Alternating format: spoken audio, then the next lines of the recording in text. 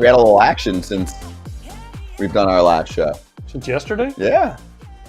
One big move. Yeah, but didn't we all know that was coming? Yeah, we knew. Feels like it already had happened. Yeah. I'll say one thing, and this might blend into the conversation once we charge, but I did hear Mets ticket sales are through the roof. Well, of course. All-timer. Of course. Yeah. But do you think they were going to go down? No, I knew they'd go up. I think they're exceeding expectations I don't think for so. people right now. I mean, they had a good year. They lost in the LCS. They Yeah. went out and signed Juan Soto. Now they're still going to need to sign some pitchers. Yep. But, I mean, they're making moves. They're making moves and kissing babies and shaking hands and signing players. And so is the other side. Also, by the way, the Mets need to get some pitching, but we'll get to that. I just said that. Is there Kratz, they're not going here? Echo. I hope they're 15-year ticket plans, not just one season ticket plans. It's going to be there for a while. They need it. I don't think they can pull that off. Why not? Do they sign Alonso? Yes. They do? Where else is he going? I don't know. Percentage chance. Percentage chance 70. 60. I was going to say 60, 65. Yeah. What about you? I don't know where else he could go. For that money. For the he money can go to a lot of I don't places, know. but for that Scott Boras is a wizard sometimes. Yeah. Mid 100s, which is the offer from last year. Take away the last season here, right? Because that included the last season. But I just think the kind of coin that he's looking for will be hard to find elsewhere. I just don't know where the market is for teams that are looking to spend a ton of money on a first baseman like that. Where will Pete go? Oh, wow. No. Montage. Gators might don't be a like thing. Imagine if I had that. Gators don't like that, okay? Gators, they don't like that, okay, Steve? They don't like that. All right, let's charge the mound on the move. Charging the mound. It happened. Cody Bellinger and $5 million from the Cubs to the Yankees. That's it? Yeah, well, okay, here's the other side of it. Cody Poteet to the Cubs. Yankees didn't really have to give much up. No. So it's more of a money move. This is what I always love about these trades like this. Is this more of a knock on how much the Cubs wanted to get rid of Bellinger or how much the Yankees wanted Bellinger? A little bit of both, because let's be real here for a moment. Cody Bellinger's a nice player. He's been more inconsistent in his career. Kyle Tucker is a superstar. They're not in the same category. But why do you trade Bellinger if you go get Tucker? Why do you trade Paredes? So you lost 2 bats to get 1. I'll tell you why. Because when front offices put wins above replacement projections or whatever their WAR number is, right? They're going, now we're going to get that kind of production with one player, and we think we can fill this player's production with another player that will be close to that number. Did that make sense? So they're going to fill a third baseman who they have with Paredes. Right. But and Bellinger, wherever he was going to play, center field or first base, probably center field at Wrigley. Yep. With just Tucker. Well, Tucker's going to play in the corner.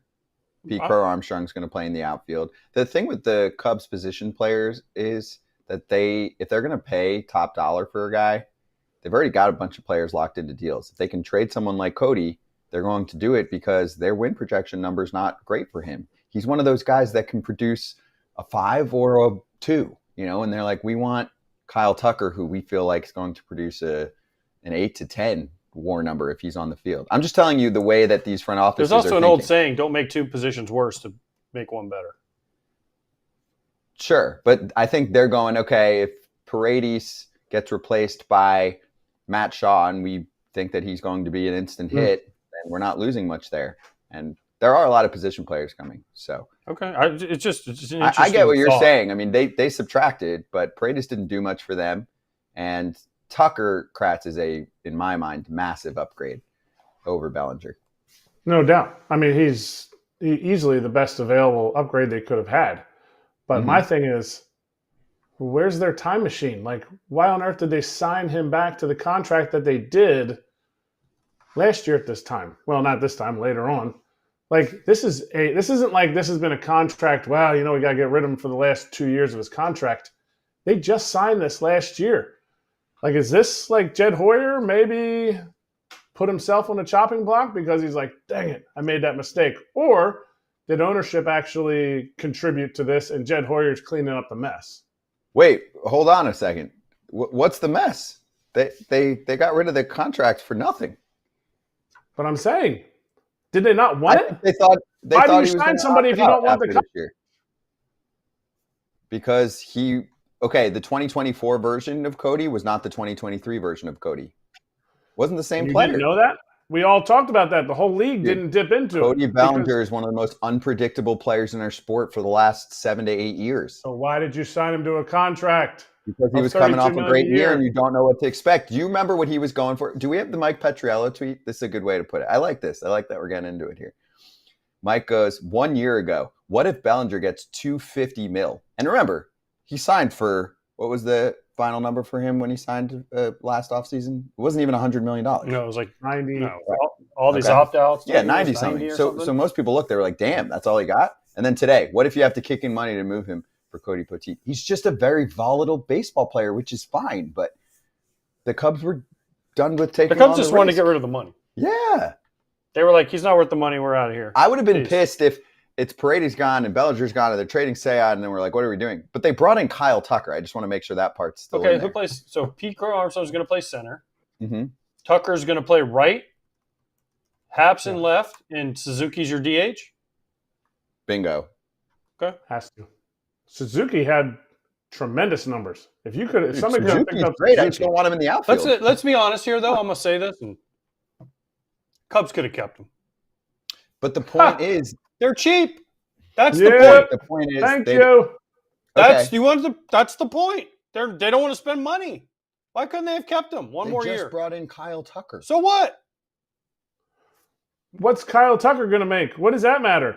Now, if they go out and get somebody. I'm just on a different page with the difference between these two players. And this is why, for me, I mean, this is a great Kyle fit. Tucker is a great player. Right. He's probably a better player than Cody Bellinger. They're not in way the better. same weight class. Bellinger has an MVP under his belt.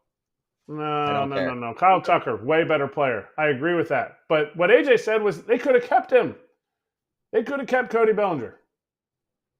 Unless they're going to go put it into a starting pitcher, why not keep him to make the best team you could possibly? You only have Kyle Tucker for 1 year guaranteed. So if they reallocate those funds elsewhere, then you're okay, being that they have an outfield surplus. What are they going to allocate it to? They need bullpen help. Their bullpen trash last year, fell apart. Mm-hmm. Right. Also, who are they looking into right now? Luzardo? Yeah, he's not making $30 million. You got to go spend it. This was a money-saving move. And they had a surplus. I'm not as high on him. They had a surplus of outfielders, yeah. So they said we can get rid of the guy making the most money. Oh, and we can get Cody Poteet, but we got to kick in $5 million. I'm never one to hold back on cheapness. I get what you guys are saying. I'm just not. This was a money move. I'm not as high on the player. Of course, it was. It was a money dump. But they're cheap. So you think Pete Crow Armstrong? Services? You think Pete Crow Armstrong gives you more than if he goes to the bushes and Cody Bellinger plays center field? Gold Glove center field. Guys, Pete Crow Armstrong, Craig Counsell loves Pete Crow Armstrong. Yes, they do. Loves him. Also, there's a lot of people in the organization and around there that weren't, and Craig Counsell was constantly in his corner. Dude, he's a Gold Glove caliber defender who just got to the big leagues. And guess what? I'm going to give you a little info that's going to help to tell the story. You guys can think one way. I'm telling you what's being talked about behind the scenes and why the decisions are made. Pete Crow Armstrong had not half, don't even throw WAR at me. Much less ABs than Cody Bellinger. Okay, Baseball Reference WAR for Bellinger 2.2. Pete Crow Armstrong playing much less than Bellinger this year, had a 2.3. They don't throw WAR at me. It doesn't matter. You guys are wrong on this one. This is why they're making the move, stat. guys. It was a money move. Cody Bellinger versus Kyle Tucker is not in the same category. Well, we just said that. Tucker's a better player. Nobody said they aren't. You're arguing with yourself now. I'm not arguing with myself. I think you guys are giving too much credit to Cody. If he was such a hot commodity, why didn't more teams want him and he was just a salary dump? Because he doesn't fit on every team. The whole market didn't want him. He doesn't fit on every team. He doesn't fit. He doesn't fit on the Cubs. Dodgers? He doesn't fit on the Cubs. He doesn't fit on other teams. The Cubs have spoken. We like Pete Crow Armstrong better. We want Saya at DH. We just got Kyle Tucker, and we have Ian And we Happ. saved $25 million. No spot for you. We saved $25 million. No spot for you. There's no spot for him. Did they not just speak? They thought he was going to opt out.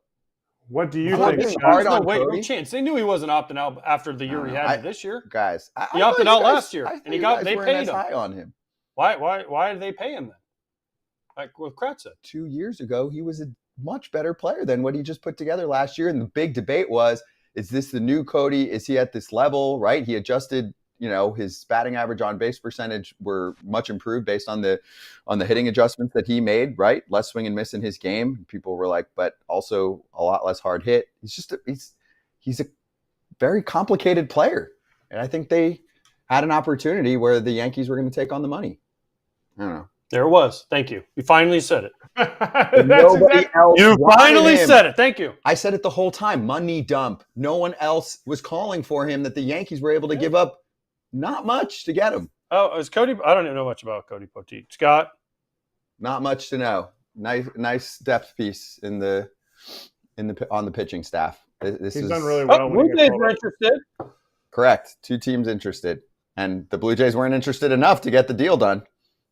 Shocker. Blue Jays should have been all over this one if they were really interested, because they're having trouble recruiting right now. Were the Red Sox in on them? They're in on everyone. Okay? That's what I'm saying. They're calling about you. All right, let's do the Yankee side for a couple minutes. Tell me what this means. Tell me what you think the Yankees are doing in there. I only have one question for Juan Kratz. Soto sweepstakes. I only have one question for Kratz. They missed out on Juan Soto. Now are they better? I think they're a better team now with Fried, Devin Williams, and Cody Bellinger than they were with just Juan Soto. Because if they sign Soto, I don't know that they can get those other people that they just went out and got. So I think they're a better team. I think them missing out, as we said kind of at the time, some people said it might be a blessing in disguise for the Yankees over the long haul. Yes, I know the Mets season tickets are through the roof. Whoop-de-doo-dah, they should be. But they're also – the Yankees season tickets are going to be through the roof too. When you look at their starting rotation, they now have a lockdown closer, and they have a center fielder / first baseman and a guy that people know. I think right now, and if the Yankees do more, the Yankees are winning this offseason. What was the biggest issue? Obviously, it came to light in the World Series. The Yankees were not athletic. They were not versatile enough. Now they got a lot more versatility.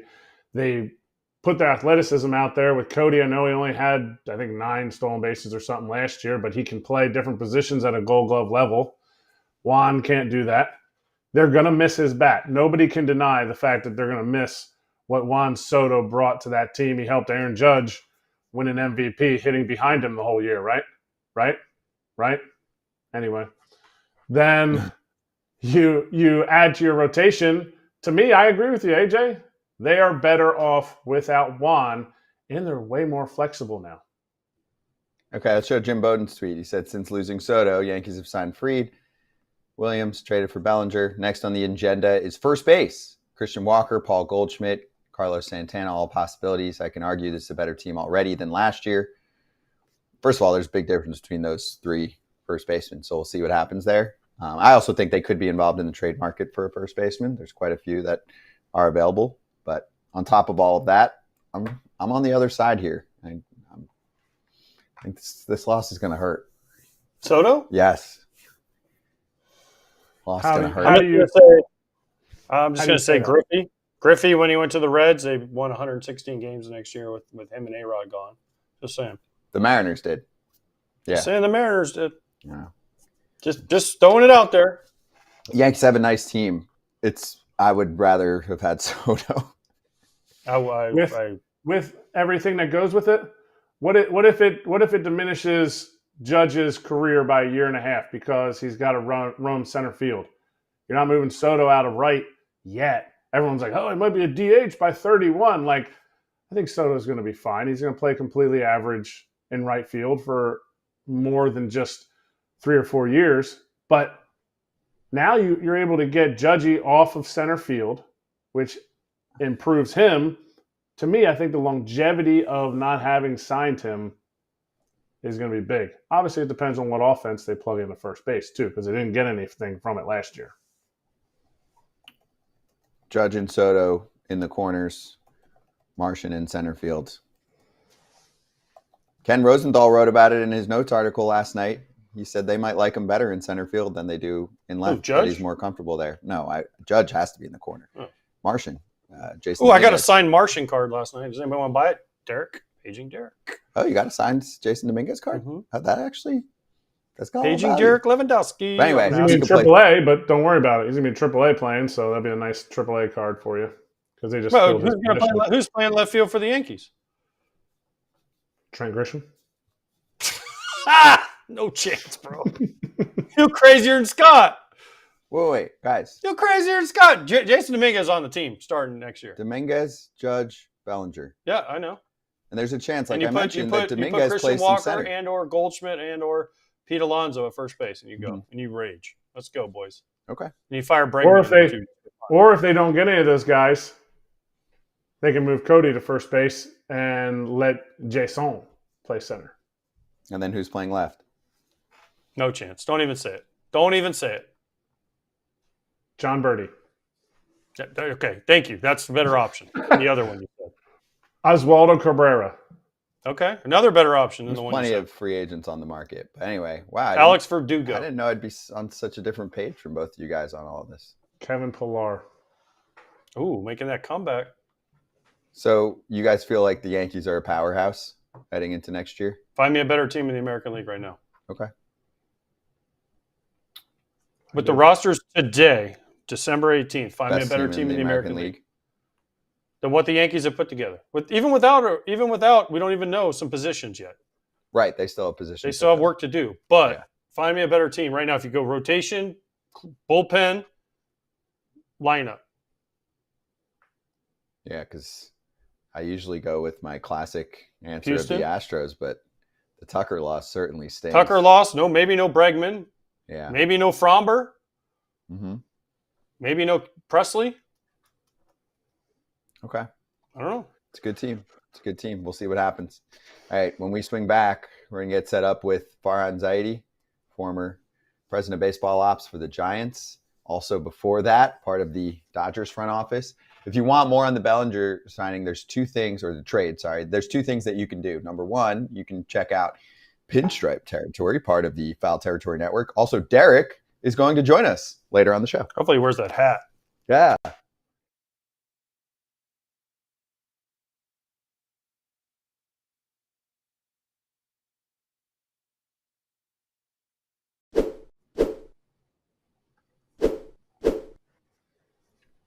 All right, FT fam. Scott needs to Shout cut out his beard. Manscaped. It's starting to go to his brain.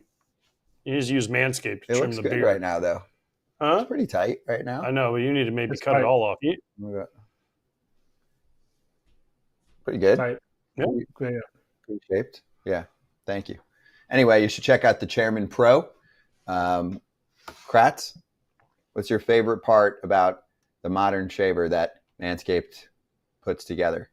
One little detail that I've told you about over the past few months that stands out. Pop quiz. Hey, you told me about? Yeah, I'm not looking for a specific answer. Like, you know, the LED light, the Flex Adjust technology, the battery, the travel lock. Give me something. It's 100% the Flex because of this dome has got different rolls and wrinkles on it. So when I get up there with the Chairman Pro, I don't really need the light because I'm just going by feel. And I'm just going back and forth. Never cuts me, and it's like I used a blade. It's perfect. It is. Up to 75 minutes of run time. Plenty of juice to get the job done. If you need more than 75 minutes, you might need to get maybe Tommy Canely after you gave up a run. Yeah, it might be time. Okay, exactly. That's a good call. So anyway, FT fam, go use Foul20 at manscaped.com. That's right. They also have soap and all that stuff too. So body wash, the whole deal. Check it out. Chairman Pro, manscaped.com, FOUL20, the perfect gift this holiday season at Manscaped.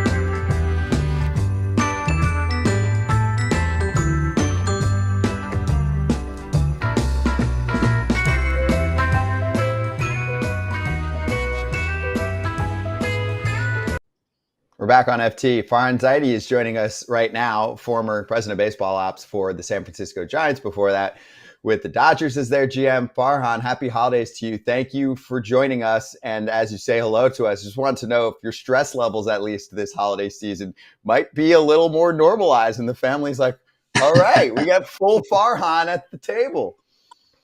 Yeah, that's definitely true. The stress level is down. I think my wife's stress level is up. I think she's ready to get me back out of the house. But my stress level's doing great, thanks.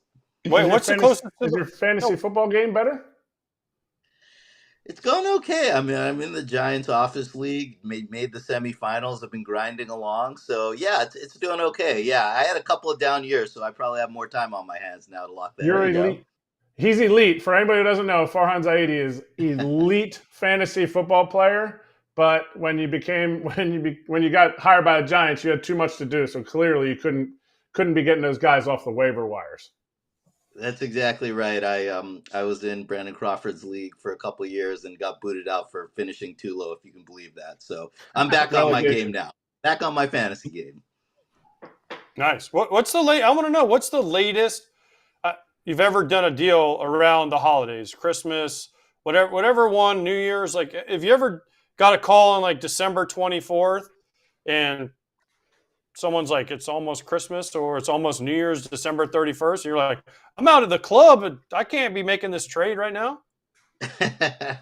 Well, I wouldn't say I'd be at the club, but my wife's family and my family are out on the East Coast in Atlanta and in New Jersey. And I have a lot of memories of having to hide in an office or in a corner of a house during the holidays trying to get a deal done. So it's amazing that, you have this kind of holiday stretch. You think deals are going to slow down, but there's still a lot of activity. I mean, you look right now, there are a ton of free agents out there. There's a ton of trade conversations going on. And I think we're going to keep hearing about that the next couple of weeks. Did you ever have like a mandate where you were sitting there going, I just can't today? Because all I ever hear from GMs and players of baseball operations, it's like, you are married to this job and it is 24 hours a day, 365. But did you ever set a mandate where you were like, it's my anniversary, we're not talking to anybody right now? I got to say, it's one of those situations where it's better to ask for forgiveness than permission, because you're always worried about losing that big deal. And, when somebody calls you, when a trade partner, an agent calls you, and it's somebody that you're really eager to acquire, you just can't put the phone down. So there are probably better people than I am at doing that, but I never could. All right. So now that you're looking back at it, you're a few months out of the job. What would you have done differently?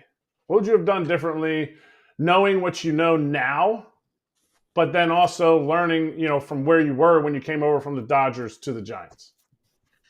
That's a great question. I mean, one of the things that I think you always look back on in these situations is just staying the course. I mean, it's such a competitive and even cutthroat industry now that, you may have certain philosophies, and as time goes on, if you're not getting results, whether it's from a strategy or whether it's from a player, just trying to figure out when the right time is to pull the trigger on making a move. But, when I look back, I think, there were times it might have been made more sense to stay the course on certain things, because baseball's a grind. It's a long season. We know things even out. And, sometimes it's hard to take your finger off the trigger and just let things play out. But that's probably one of my biggest lessons. Were you a hands-on GM? Were you a Billy Bean? I'm going to send you the lineup every day, Gabe Kapler, or were you a? I know talk there's about a lot of talk out there. I think my reputation precedes me with that kind of thing. I mean, you look around the game, front offices and managers. There's a lot of interaction. There's a lot of exchange. I never made the lineup. I know Will Clark thinks I made the lineup, but and I love Will, but that just wasn't the case. Sometimes you're wondering, hey, our starting catcher is going to catch 2 out of 3. What's the right time to drop in the backup? Or, you want to get the staff's thoughts on how they view the starting pitcher for the opposing team. Do we think this guy is better against lefties or righties? What does that mean in terms of the guys we put in the lineup?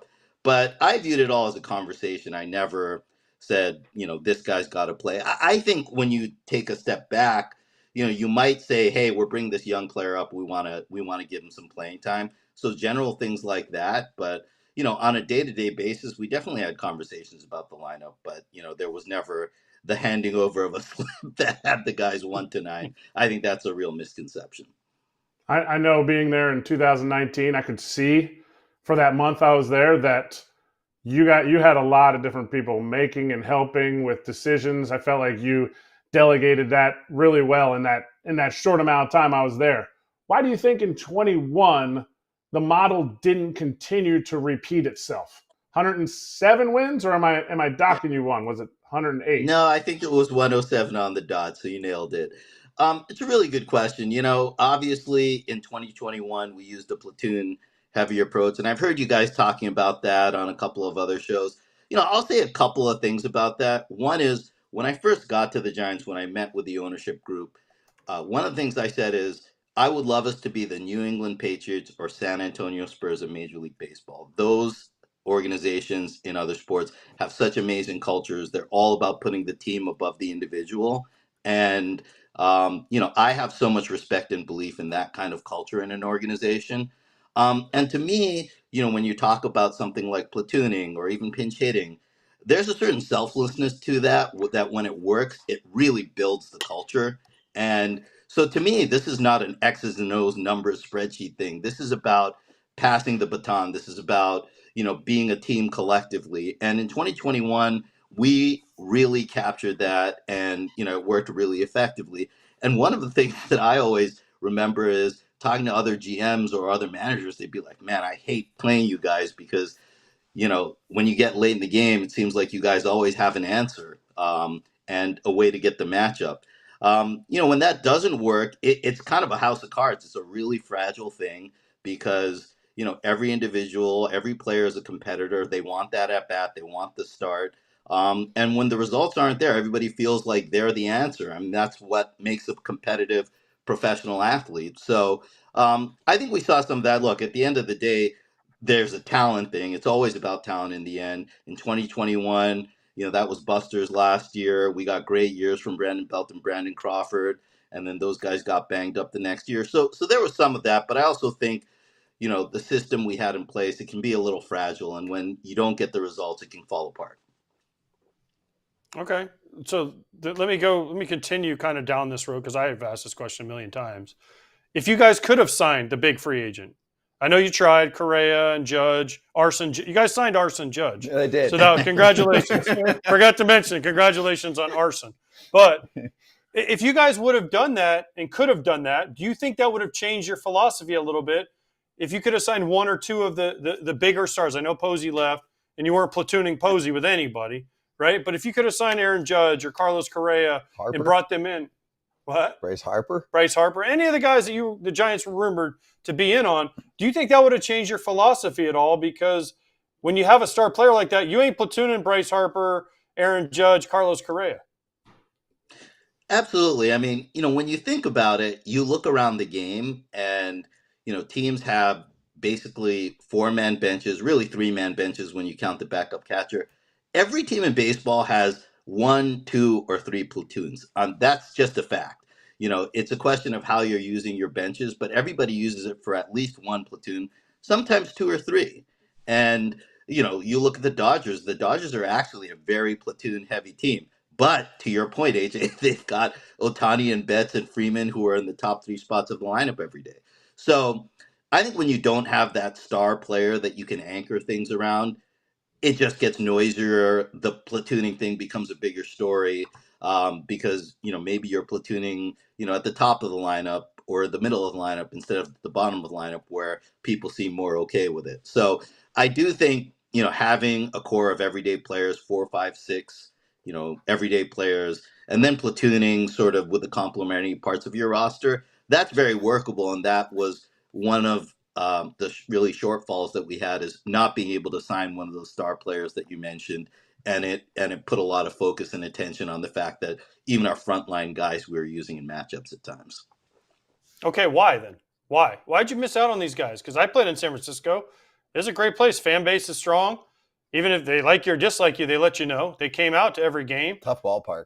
For Yeah. you. Tough. Not for you, I but had a for good year hitters. that For year, hitters. so I don't know. I did fine. I No, wasn't Barry look, Bonds, but I also it's a wasn't. great it's a great question, and when I look back, when you're talking about Harper, Judge, Otani, these are like three of the five best players in baseball. So I guess we took some big swings. Obviously, what happened with Carlos Correa was very unfortunate, but we took big swings, and with each of those guys, I think Bryce had some concerns about the ballpark.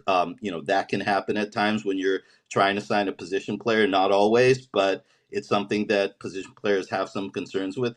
Some guys are just East Coast guys and want to prefer to be there. I look at Aaron Judge. I mean, he had a legacy with the New York Yankees, one of the signature franchises in baseball, and it was kind of hard to pull him away from that. We tried, but ultimately didn't work. And then you look at Shohei. He was building a house in Southern California. Obviously, the Dodgers have been really successful. So I don't know that there's really a common thread. We took some swings, and they were swings and misses, and I take responsibility for that. But I really pushed back hard on this narrative that nobody wants to play in San Francisco. Nobody wants to play for the Giants. It's a great city. It's a great organization.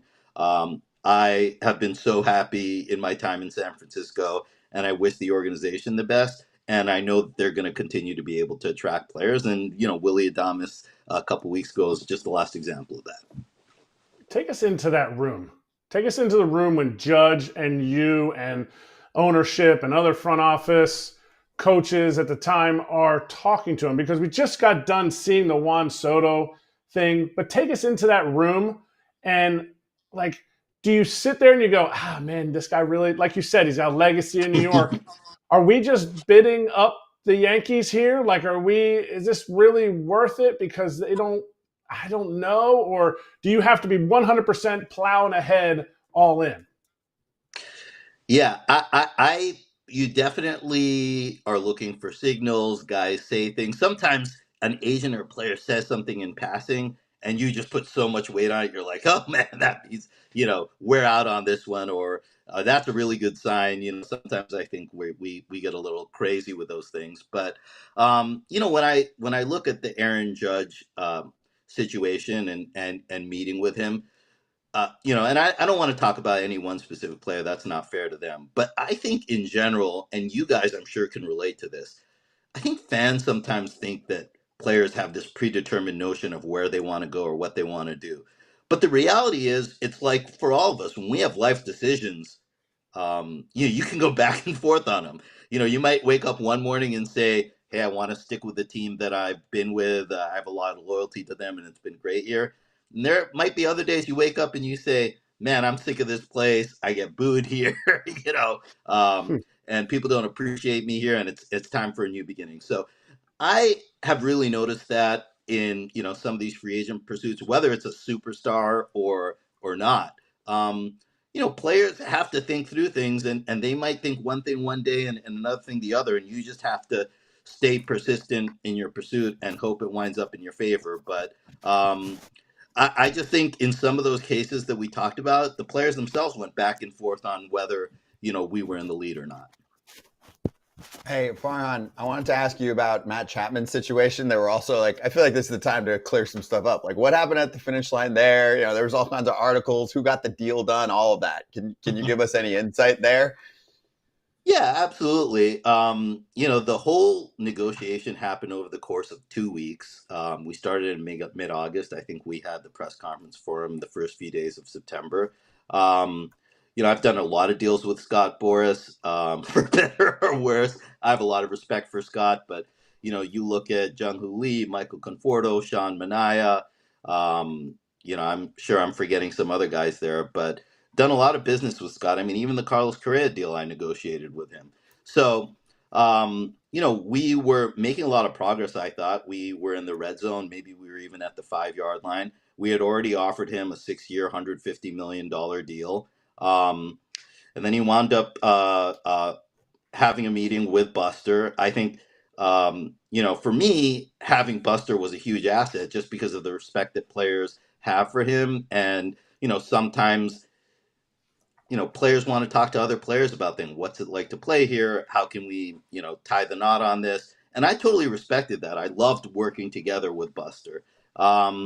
And those two guys sat down, and there were a couple of things like a no trade, which we were, inevitably going to give anyway. We added $1 million to the 150. We had some small deferrals in there that ultimately we took out, and those guys kind of hashed out the end of the deal. So I was just thrilled to get the deal done.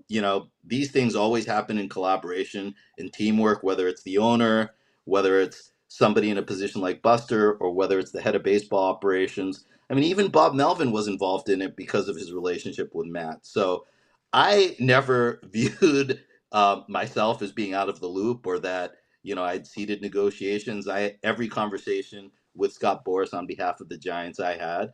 But I think Buster and Matt sitting down helped get the deal across the finish line on a couple of the smaller issues. And I'm thrilled that it did, because he's a great player. And I think, the Giants organization and Giants fans are all thrilled to have him for the next 6 years. Farhan, be honest, you just wouldn't give him a suite. That's why he held out. You wouldn't give him the free suite, okay? That. Yeah, I still haven't done that. That's one thing I'm very proud of on my track record. Although, one of those guys, whether it was Judge or Harper or Ohtani, they probably would have broken the streak, but that streak's alive. So that first tweet is still out there to be had. Whew. Okay. Now, did you think you had Arson Judge when the tweet came out? Did you think that you had him? Was there like a little bit of you that was like, well, I haven't heard this, but if certain people are tweeting this, then maybe we do have this done? Well, I would think that if we had him, I would be the first to know. So I knew it was false, and I was not happy about it at all. Oh, John Heyman and told him to take it down immediately, because, our whole strategy with that situation was, let's just stay around the backboard. He's got a lot of allegiance to the Yankees, but, they seemed like they had reached an impasse in negotiations, and it was a question of whether the Yankees were going to take that last step to get the deal done, or whether there'd be an opportunity for somebody else. So we were kind of right in that window where I thought there might be an opening for us to get the deal done. Then John sent that tweet out, and honestly, I mean, and Yankees people will tell you, it really spooked them into getting the deal done, adding the 9th year. So I blame John. I mean, that's and I've had this conversation with John. I've joked with him, but there is a general point here about being in a front office, which is, you're thinking about a deal, and then when you read something on the internet or you hear something and you think you might lose that deal, it's amazing. You think you're at your limit, but when you hear you might be losing a player or a deal, you have one extra year to get it done. And that's a lesson that I've learned. I've been in that position, and I think New York was in that position. I think in the moment they thought they'd lost him, and it gave them a little more motivation to add what they needed to do to get that deal done, and it got done that night. So Cashman owes you a Christmas card, a holiday, something. I don't know, whatever. A dinner, well, a few dinners. John Heyman a Christmas card for sure. Okay, I'm just thinking, because like if that tweet doesn't go out, the Yankees might not go where they went, and they might not have Aaron. I don't know. It's interesting. I don't know that. Look, I know people think it was a done deal that he was going there, and that we were just used for leverage. But I do think there was a window there, and I think that tweet really spooked the Yankees to do what they needed to. And look, it's great that he's there. He's going to be a Yankee for life. He's one of the signature players in the league. And so, maybe what should have happened wound up happening all along. But yeah, I'll always remember that tweet. That's for sure. Yeah, well, that's really fascinating to get some insight there. Okay, so then I want to take you to a spot that you're always linked with as well, obviously, aside from the time just now with San Francisco. Is there any comeback in you with the Dodgers to work with your buddy Andrew Friedman? We've seen the reports, so at least want to get a comment on what's going on. No, I appreciate it. I'm fortunate enough to have worked in the game for 20 years now, and made a lot of friends. And as tough as the last couple months have been, and look, make no mistake, whether you're a player getting released or DFA'd, or you're a front office executive being let go, it's tough and you miss the game. But having people reach out, connect, see if I was interested in coming on board, that's been awesome. And it reminds you what a great family and community we have in baseball. And I have spoken to the Dodgers. I've spoken to some other teams, still kind of figuring it out. And like I said, the person who really wants to have me figure it out is my wife. So I got to get on that and get something done here pretty soon. Well, she sounds like she wants you out of the house more than figuring out what the job is. What role? You've done so much. You were with the A's, you were with the Dodgers. Now you were the head honcho with the Giants. what role do you feel like I'm really good at this, that you're going to Yeah. do the best? Or are you like, hey, I'll be a GM again. I'll be president of baseball operations again. Yeah, it's really interesting, Eric. I was thinking about this. When you're a player, you always feel like you're the best option, right? I mean, that's why when we talk about platooning and pinch hitting, it really becomes frustrating for players because you get the bat taken out of your hand, and that's frustrating. And I think it's true for executives too. I mean, to survive in this game, to compete in this game, you have to feel like you're the best option. So, for me, I never aspired to be a GM. I never aspired to be a head of baseball operations. 20 years ago, Billy Bean hired me with the A's. I had no baseball experience, no professional experience, and he gave me that opportunity of a lifetime. And again, I've been lucky to have been in the game 20 years, but I never said to myself, I want to be a GM, because there's so many jobs and you realize how tough and competitive it is to get into that quote unquote big chair. So as I sit here now, that's not important to me. It's not important to me to get back in that GM role. If it happens, great. But I love the game, and I know there's so many different ways that anybody can help an organization. And again, I have friends who are GMs, and the chance to be a special assistant, to be an advisor to one of them, I think not only would it be great personally, but it'd be nice professionally too. Fine. Let me ask you about something that's been linked to the Dodgers but shouldn't be, because other teams have done it for years.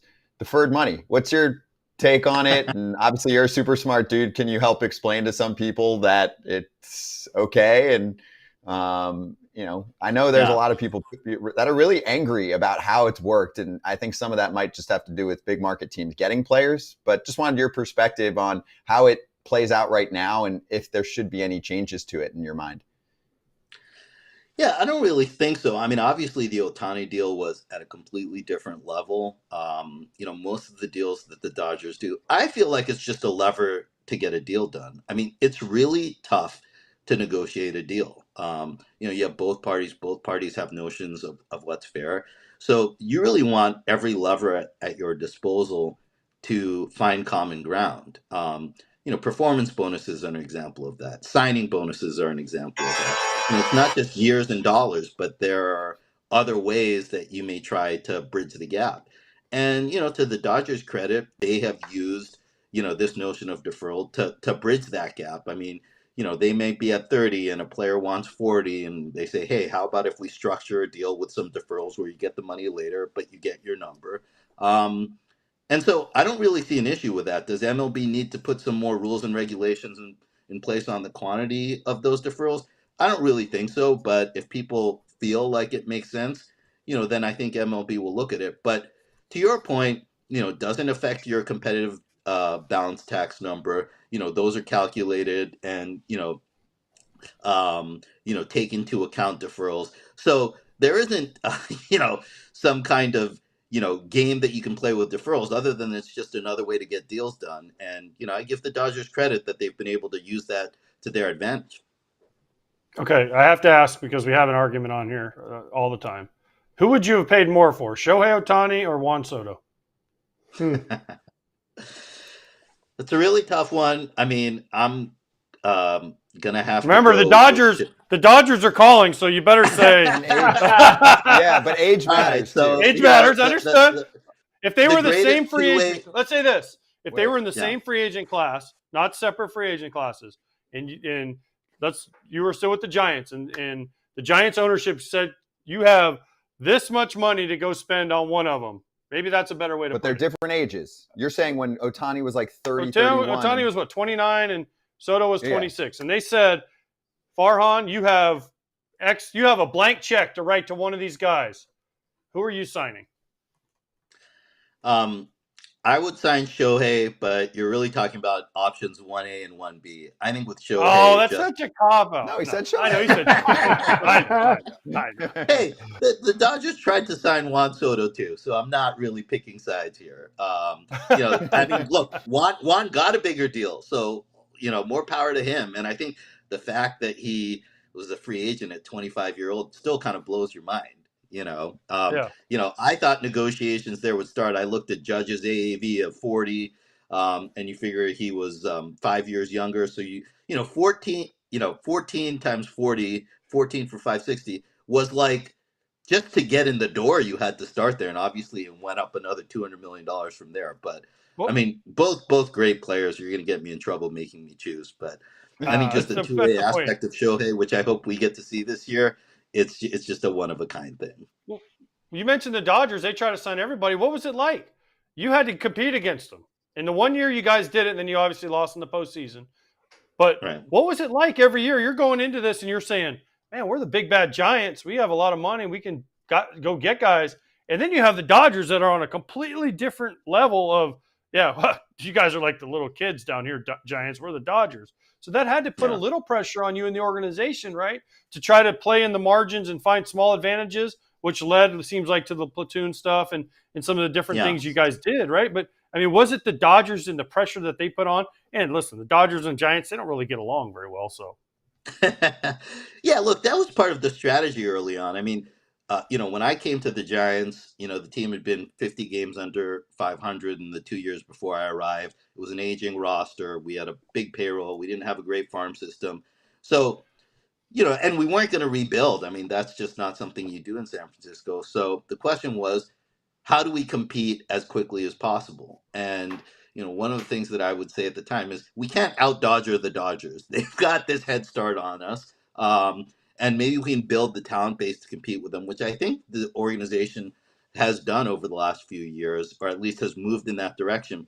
But that was part of the reason we tried to be really creative with the roster and how we were managing things, because from a talent payroll perspective, we just couldn't compete with them, at least at that time. So, look, you've got 29 other organizations, not just the Giants, that have to look at the Dodgers as a standard for what they've been able to do. And it's not to say other teams can't compete, can't knock them out of the playoffs, which we've seen quite a few times in the last few years. But it's a big market team. They spend, they're smart.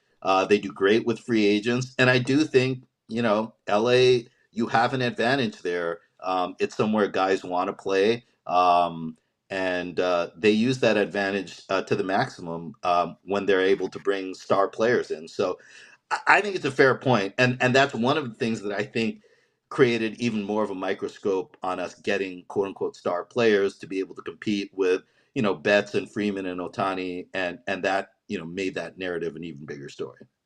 If you can't beat them, join them. I mean, you've already been there, but obviously Dodger fans are like, sure, we'll take that combo again. But Farhan, thank you so much for joining us. In all seriousness, yeah, hope you have a really nice holiday, and also that you get out of the house soon. So we'll keep locked on the news, okay? Thanks a lot, guys. Appreciate it. It's been fun. Appreciate you. Farhan Zaidi joining us on FT. Be right back.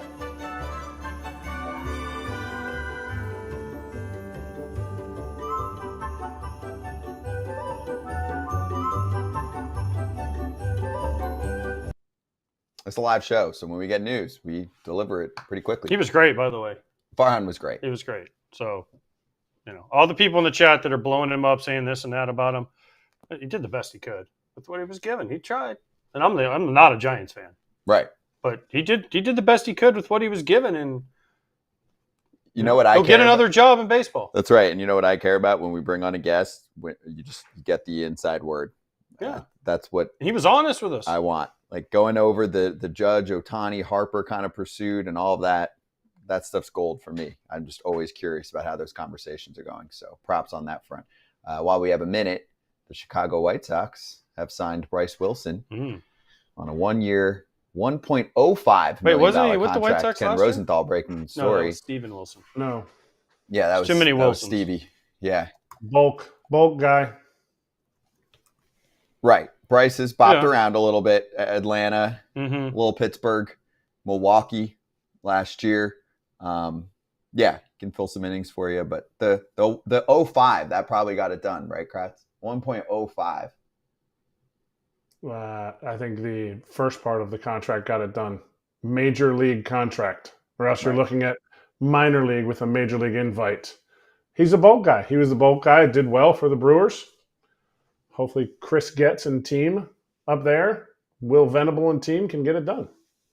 You want to talk bargain bin shopping right now? Holy Chicago White Sox. I mean, they've signed no comment on Austin that. Slater and Not going to Bryce say Wilson. anything about You that. know a really good way to get better quickly? Sign players? Sign 3 to 4 players on 1-year contracts that have high probability of clicking and getting traded at the deadline and then picking up prospects for them. I know it sounds super complicated, but that is the way to get better quickly. Do you guys know that? Can be. Royals. Can be. Royals. What happens if you get stuck with that player and you can't trade him? It's 1 year. Okay, I'm just saying. No such thing as a payroll 1-year deal. Their payroll is is it even at 100? I don't know what it's going to be this year. It's going to be down, though. But I'm like, come on, guys. Who's making money on the team? Andrew Vaughn? Luis Robert? Who else? Benintendi, highest contract of all time. Yeah. They're still paying AJ's deferred money. Yeah, the money that I took less numerous times to stay with that organization for. Thanks, guys. Appreciate that. Bringing that up, Kratz. They're investing it now in I look back lobbying and I'm like, man, the I took city. less a lot of times to stay there. Wow. They're lobbying How dumb the city. was I? Oh, man. Well, got a title out of it, and they love you there.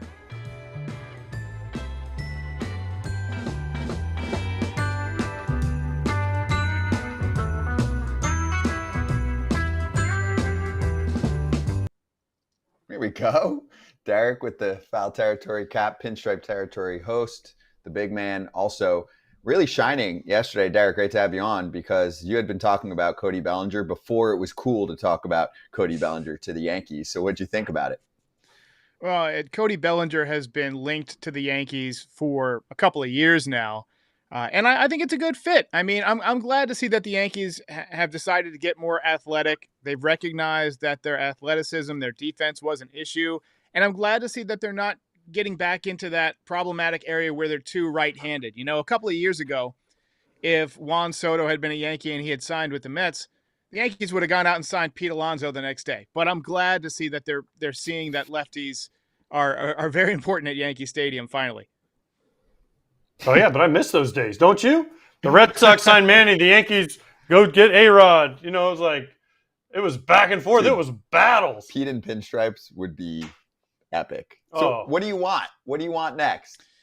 So there's been a lot of talk about what the Yankees need. Obviously, first base is still an issue, and they probably need one infielder, either a third baseman or a second baseman.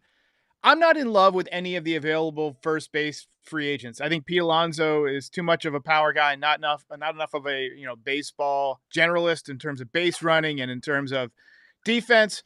And Christian Walker, 34 years old, excellent player. I spoke to Robert Murray on my show, and he was telling me how underrated he is. But 34 years old, and we just watched DJ LeMahieu fall off a cliff around that age.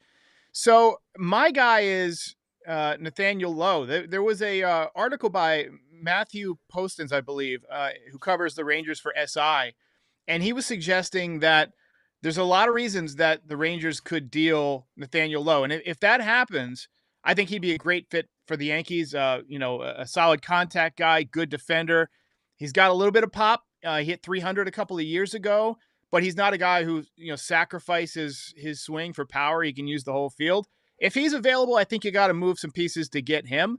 There's been also some talk about Alex Bregman for third base. I'm not sure that I'm in love with that move. Brian Hoke, who covers the Yankees for MLB.com, their beat writer, put out a tweet that basically said there's mutual interest and the interest is real. I don't know how Aaron Judge or Cody Bellinger would feel about having him in the clubhouse, having played against that 2017 Astros team. But upgrading at third base allows you to fill second base with Jazz Chisholm, where he's naturally better as a defender. And then you probably give Ben Rice a shot at first base, right? Let his left-handed swing develop in Yankee Stadium. So as Brian Cashman says, there's a lot of ways to skin the cat.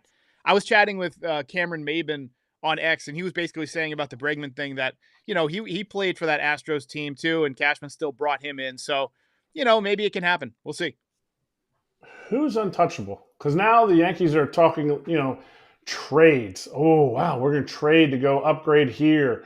Because you had Caleb Durbin starting. I'm a big pinstripe territory fan. You had him starting on one of your episodes. You talked about him starting at second base in the big leagues for the team. Well, he gone. So who's untouchable right now in the org that you would be disappointed if they got rid of? Well, to clarify, Brian Cashman had come out and said that Caleb Durbin was the leading candidate to take over at second base. I was always a little skeptical because his exit velocity in the minors is like 83 miles an hour. He's 5'6". I mean, how many Altuves are there out there, right? And I wasn't buying it that much, but I was anxious to see how he would look in spring training. He obviously had a good Arizona Fall League. To me, the main guy who's untouchable is Jason Dominguez, the Martian. I've been a big fan of his for a while, following through the minor leagues. When he came up a couple of years ago, he set the world on fire for about 7 games, and then he tore his UCL, had to have surgery. He missed the first part of last year, and then he was like a rocket, just coming back in through the minor leagues on his rehab assignment. He played great in AAA. He had great numbers. He hit over 300. The power was there. He stole a ton of bases. Then he came up to the major leagues and couldn't catch a fly ball. And I think that affected his whole game. He made a couple of errors early. I don't know if it was the triple deck syndrome, coming from the minor leagues and not being used to, the wind whirling around the dome in Safeco and Oakland, where he had some mistakes. And then Yankee Stadium, he gets put in left field. He's a natural center fielder. So it kind of fell apart for him. And so people are down on him, but I still think a switch hitter in today's game who has power from both sides and who's a patient hitter with speed, I think you got to keep him. And right now he's penciled in to be a cheap corner outfielder. They're probably going to play Bellinger in center, although there was just a report, I believe it was from Brian Hoke, who said that it's fake news that Belly was told he's going to play center field for sure. So Belly's still an option at first base. That would allow Dominguez to be in center, and then maybe you go get a left fielder like Santander or something along those lines. But to me, the one untouchable guy, to answer your question, Kratzy, is Jason Dominguez. Okay, so Derek, would you rather have Juan Soto or Max Fried and Cody Bellinger? Take Devin Williams out of the combo. They could have gotten him either way. I don't care what happens 15 years from now. I don't care what happens 10 years from now. You can't take him out of the conversation. This is my question. I don't care what happens 8 years from now. Next season, would you rather have had Fried and Bellinger or Juan Soto? Fried and Bellinger or Juan Soto. That's tough. So, I was one of the few Yankees fans who was not heartbroken when Juan Soto signed with the Mets, especially when I saw the final number of $765 million. The tandem of Judge and Soto was amazing to watch. They combined for 99 home runs. Soto walking in front of Judge and then Judge hitting a 2-run home run in the first inning. It happened about 15 times last year, and it was amazing, and it just got the game started off great, and you just love to see the battles early on. Soto was clutch. He was probably the most clutch hitter on the team other than Stanton in the postseason. He hit the big home run to put the Yankees in the World Series. But I knew, and every Yankees fan who's honest with themselves knew that he was going to be difficult to re-sign and that the price was going to be such that if you did re-sign him, it was going to basically leave the Yankees with some of the holes and the deficiencies that we saw cost them the World Series. So what you're really asking me is, would I like the entertainment of Soto and Judge back-to-back, historic, or would I rather the Yankees have a better shot to win the World Series? And if I'm being honest as a fan, as much as I love Juan Soto, I'd rather see the Yankees have a more complete team. I'm a kid of the 90s. I loved watching the team that would battle and scrape by and play that quote-unquote National League style game. That doesn't really exist as much anymore. But I really loved watching those teams that were more complete. I missed the Scotty Bros and the Tino Martinez's. Not everybody needs to be a 40 home run guy, but everybody has to be able to play baseball at a high level and run the bases and make the defensive plays and stay focused for a full game. I'm glad that we're separating the wheat from the chaff a little bit and getting really solid baseball players back in the mix again. Okay. Interesting. We'll see how the offense looks. Still more work to do. The offense will be fine. Okay. Because there's more work to be done. And by the way, Kratz, back me up here. You can't just say like, oh, and he was going to get Devin Williams either way. You don't know that. You don't know that. You don't know that. So you can't just make up trades. He's just manipulating the answers. Yeah. No, they would have gotten him either way. You're asking, how do you know that? You don't know that. Yeah, they would have. It's just my opinion. Money's a wash. Money's a wash. Yeah. Yeah. Devin Williams doesn't cost much. So that's not part of the equation. Yeah, but if they had $50 million extra on the books already, maybe it would have cost twice as much. If they were over the CBT threshold, last I checked, another good point. Thank you, Kratz. That's why we have you. Pretty damn rich. The way I look at it is you're replacing Nestor Cortez with Max Fried. You're replacing Clay Holmes with Devin Williams. So already the pitching staff is better. Now you can't replace Juan Soto, but maybe, to borrow the phrase from Moneyball, you can rebuild him. So that's what I'm hopeful for. There you go. All right. Well, this is the Martian's #1 fan too. So I'm excited I'm a big fan too. So I got a card. I got an autographed Jason to me. I'll sell it to you. Just DM me, Derek. Just DM me. Or you could text him because you I'm guys not know sure each other. I could give you my whole bank account and it wouldn't make a difference in your life, AJ. I'm pretty sure. How much I paid for those damn cards. Hey, Derek, thanks for joining us, dude. Everyone check out Pinstripe Territory. Wherever you get your pods, the YouTube channel is fire. And during the regular season, if you've never been a part of the show and you're a big Yanks fan, after every single game, Derek's there for you. Thanks, Derek.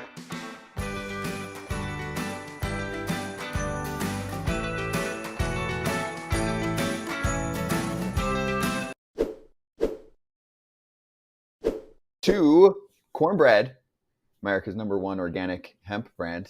Isn't it near you? Oh, can I get one? Which one do you want? I'll take this one. This is Blueberry Breeze, THC gummies infused with organic hemp extract, grown in Kentucky. Oh, here we go.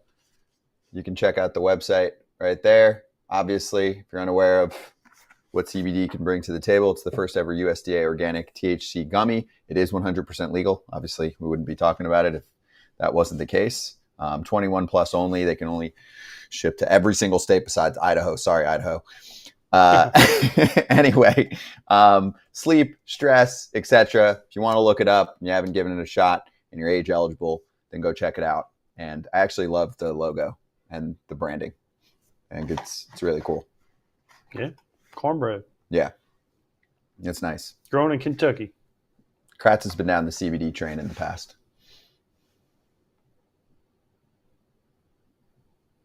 No? You guys have. You just don't even know it. I have? Yes. I think I would know. We've worked with other brands. I think I would know. We have. We have. You guys. Easy for you to say, Panama Red. I promise you. I solemnly swear under oath. So if you're looking for a healthier way to enjoy a carefree moment, you have to give Cornbread Hemp a try. First ever USDA organic THC gummy, 100% legal. Promo code is baseball30 at checkout at cornbreadhemp.com. Baseball30 for 30% off your first order. Be right back.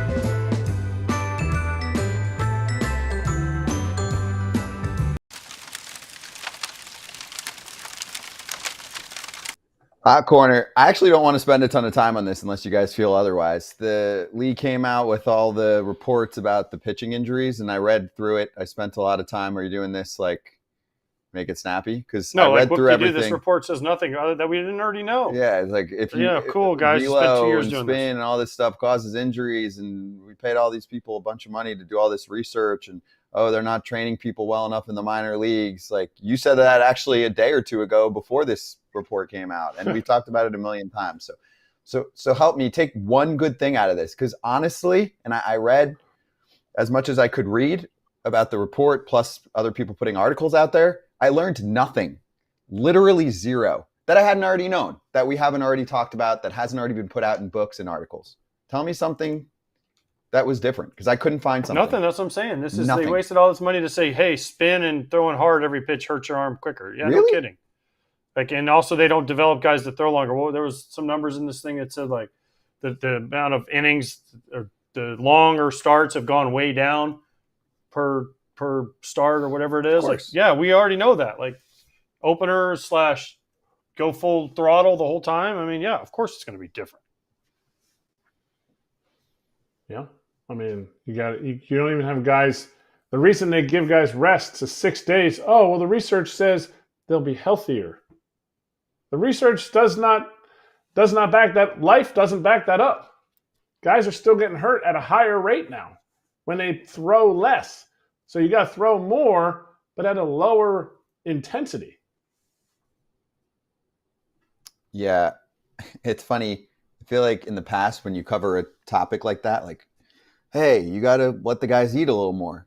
It's, oh, get off my lawn. This is how it works now. You pull the guy. And then the league report comes out and they're like, we're pulling guys too soon. And that's why they get hurt. They're not trained to pitch in the big leagues. There's an old saying, Scott, in life, don't tell me about the pain, just show me the baby. So how are we going to fix it? This is what we talked about all year, right? We said, how are we going to fix it? I don't care. We know what the problems are. What's the solution? Have you heard one person on our show with a real solution? I used to tell my hitting coaches all the time, like, if I'm struggling, don't tell me what I'm doing. Make up something to tell me how to fix it. Like, just make it up. At least I'll think about something different, right? But like, come up with something to fix this. Everyone knows this is a problem. So how do we fix it? That's what I want to hear. How do we fix it? Incentives both to team and to player on pitching more. Yeah, but you can't change the rules. No, not in the game. Outside of the game. We talked about it yesterday, the minor leagues. But that is in these articles is, so you're going to tell people to scale back? No, that's the problem. You need to tell them, hey, you need to train to be able to pitch more and stay on the freaking field. They're already doing that, though. They think they are. They're not. Incentivize them. Hey, I have 5 guys in my rotation who are all healthy. Isn't that incentive enough? The biggest loss in all of baseball is injury. Money on the injured reserve, on the injured list. What's rewarded in today's game? Velocity and stuff. Mm-hmm. Every kid, listen, my kid's in high school. Every pitcher's like, what was the velo? What was the velo? Oh, I can't get a D1 if I don't have velo of this. That's how they're evaluated. I understand that. So you want to start, you got to change the evaluation. But they're not going to. Okay, then they're not changing. Then you're just going to have more injuries. So we're in the same place as always. Exactly. There's so this no report was answers. A waste of time. Yes, correct. I mean, that's what we said. Good segment. So I'm serious. Couple other things we're going to hit. That's it. Seriously, that's it. There's nothing else to cover here. We don't have to spend 10 minutes on the same topic. Give me a solution that's going to work, and don't tell me change the rules. Yeah. And I want to know how much this report cost. A lot. Give it to me next time. Over under $10 million. Probably over. Way over. Oh, with medical people? For sure. That's crazy. They came out with all that stuff and told me nothing that we all didn't already know. So anyway, we'll give you just a tiny Roki Sasaki update, tiny field name change update, and eventually also we're going to do a little work on Paul Konerko's career.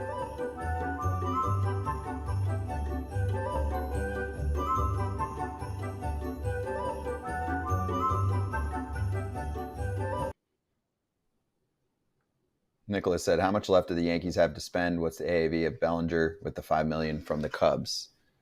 So it's 2.5 per season, right? Isn't that what they said? Yeah. Yeah. Obviously, Bellinger can opt out after this year if he wants. And if he does, then his cost goes down. He'd have to have a monster year, though. Yeah, but his cost, if he does opt out, would have been 27.5 plus $5 million, so $32.5 million, and that full 5 would go against that. So that would put him at 27.5 would have been the cost this year. And the luxury tax number cost is in the 25 or 6 range, I think, for him, which is what Max Fried is at too. In the, I think maybe 26 or 7. That's why I said those two together equals 50, which is about Soto. Okay. I believe you. Thank you. Me. This is a good question from Lucas. Where would the Yankees finish if they were in the National League? I don't know if he's talking about last year or this coming season, but. And they'd probably make the playoffs, but it'd be interesting. But if we did power rankings after we saw. Well, we did the power rankings in the playoffs last year, and and everyone talked about it. I mean, you could have put the Phillies, Mets, Dodgers, obviously. Padres. There's 4 right now. Braves, you can even maybe throw in the Braves in there. At the end, they were kind of beat up, though. Diamondbacks. No, that makes me make the playoffs. You're crazy. The Mariners, you probably would put the Mariners in the National League just so they'd be ahead of them. I don't love them that much. You love them. I just love the pitching staff because it's fun to watch them score, pitch. you got to score with some runs every once in a while. Yeah, but if you're not into offense, just watch a Mariners game. Hmm. All right, anyway, we'll swing right back in 1 minute and keep taking your questions. Maybe some smarter answers from us coming up.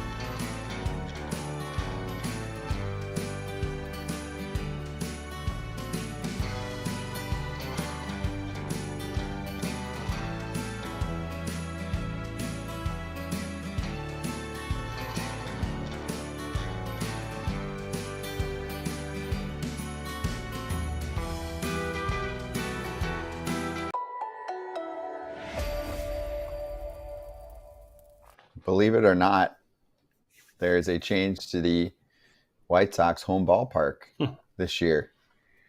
They shortened it. Some people say names of ballparks and arenas are too long, so now it's just Rate Field. Cool. They still have the red arrow going down. Yep. There it is. There you go. There's the new logo. Yep. For the White Sox. Cool. Can they go back to the cell, drone please? footage from Hell Jersey. in the cell. Hell in the cell. I said drone footage from Jersey. Yeah, there's a lot of them. Yeah. Apparently. We're I the want to know, drone has Mark state. seen drones? I want to know. We're the drone state. Is Todd up there flying drones around? What That's the my hell, home Todd? state. That's what we learned in school. Anyway, Jay Kuda, who's very funny on socials, And we're White always Sox. a fan. White Can't Sox. get him on the show. He's too popular.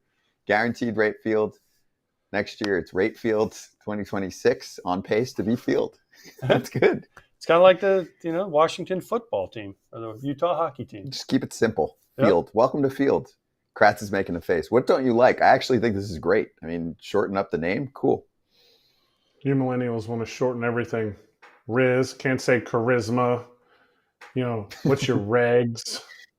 You got any good recs for me for a restaurant? So this is perfect. Yeah. The White Sox are now the millennial team of Major League Baseball. I mean, everyone called it the rate anyway, so it wasn't like people were like, guaranteed rate Phil. Yeah, so good So job. rate was good. And they got us to talk about them, which is why you sponsor a ballpark. Yep. So I don't even. well I mean, done. I know what guaranteed rate is just because I had to Google it after. That's the point went of from US advertising. Cellular to guaranteed rate, and I was like, "What the hell is guaranteed rate?" That is why it exists. So, Next if it's up, the Field next year, it'd be cool. yeah, I agree. And also, props to the White Sox at the end of the season for embracing the suck and saying we're going to have fun with it on socials. It was fun. Mm-hmm. I mean, it's life. That It's a was good. baseball game.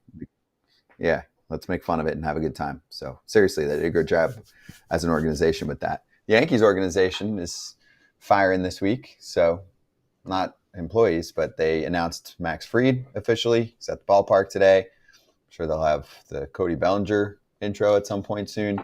But when they were talking to the media, Cashman said they'll have an in-person meeting with Roki Sasaki. Of course. I mean, I hope so. I would hope so, yeah. I would hope. Red Sox are also having a meeting. Mm. You know that for a fact? Mhm. Why? They're in. Because they're in on him? They're just in on him. They're just in on him. He's not going to meet with 30 teams, though.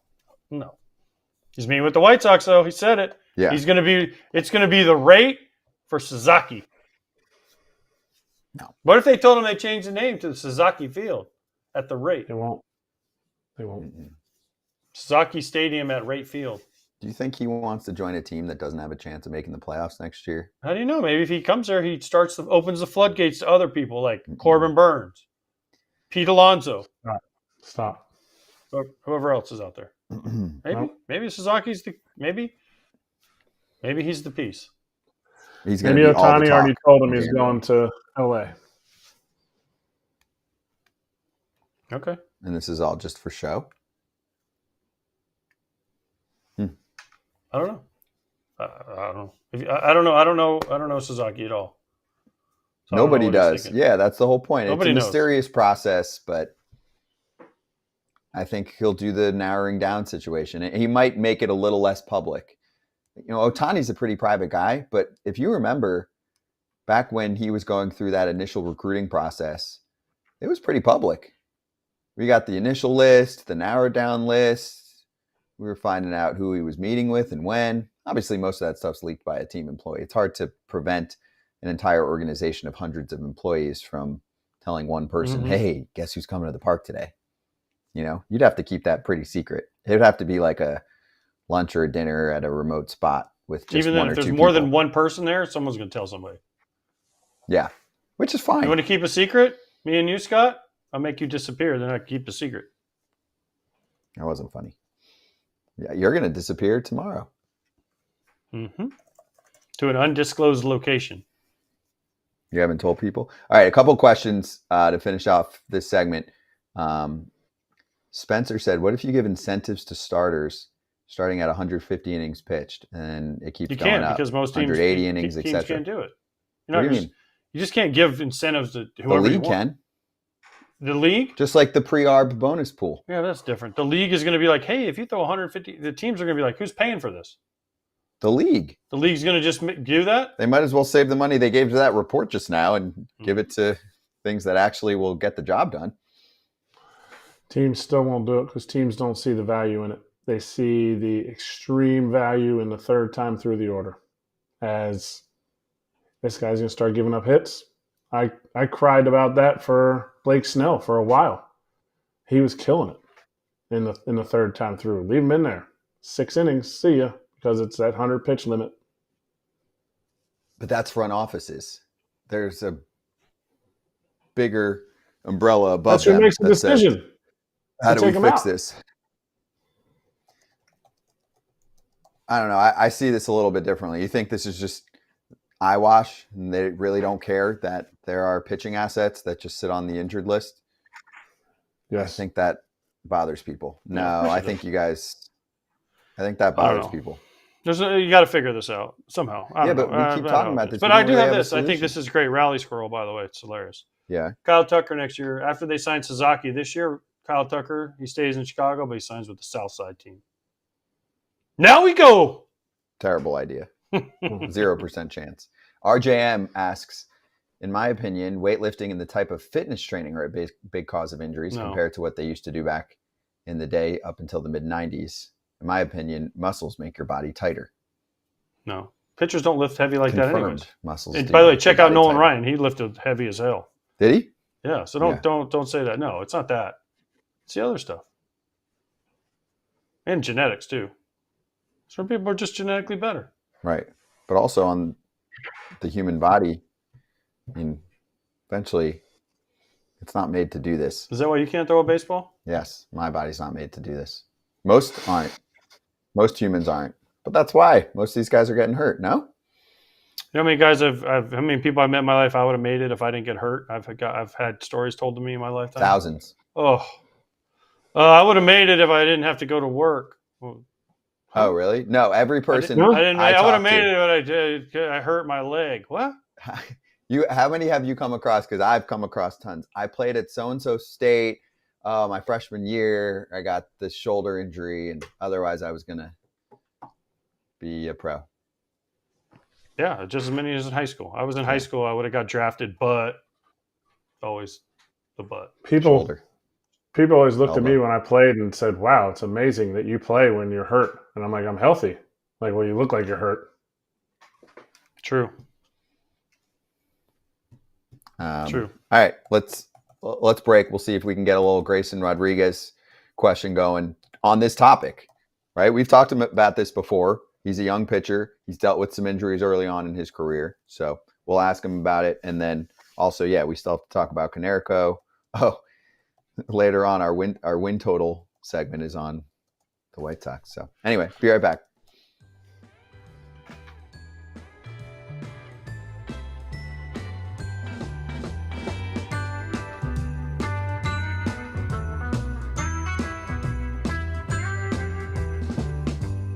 It's that you just have so many other things to do with your life in your life.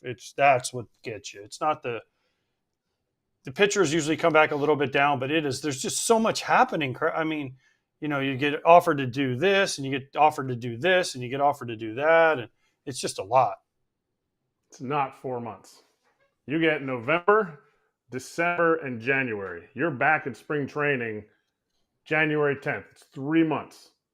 And what AJ was saying, you're doing so much. You have to think your off season. You're going to take at least 2 weeks off at the end of it. You are exhausted at the end of playoffs, let alone the World Series, let alone 7 games. It's big. Your body feels different after a deep playoff run than it does other seasons. I think some fans are just like, so you get months off. Isn't that enough time to feel rested and refreshed? No, it's not. It's not? Especially for pitchers, because pitchers have their routine and they're just not used to doing it. Mm-hmm. Right? For an also, extra they're month. just especially using more bullets. Isn't that the big thing for pitchers? That's a good point. That's a month more of that's what I'm saying. Using those bullets, starter or reliever, right? You're racking up more starts. If you're a number one starter for a team and you're in some deeper series, you're going how many more starts in the playoffs? 5 or 6? 5. Yeah. 5. I mean, I look at in 2005 when we won 11. We won 11-1, right? But our starters, we had 4 starters. They all through the first. We swept the first series, okay, but that's one extra start. Second series, we only had one guy go to, and that was Contreras. Okay. But so that's 2 extra starts for everybody, and then one more in the World Series, 3. But they all threw that's like 20 extra innings, which doesn't sound like a lot. But when they've already thrown over 200, almost all of them, and then you add another 20, and then you take that month of rest away because a lot of guys start their, November 1st. We kind of lose. I mean, I know, but you lose November because you still want to rest, right? So that's where it starts condensing is you lose that month of November because you play until the end of October, right? So then you need to rest. So then that's why you see some of these teams try to start their starters slower, in the next year in spring training. So it just condenses everything.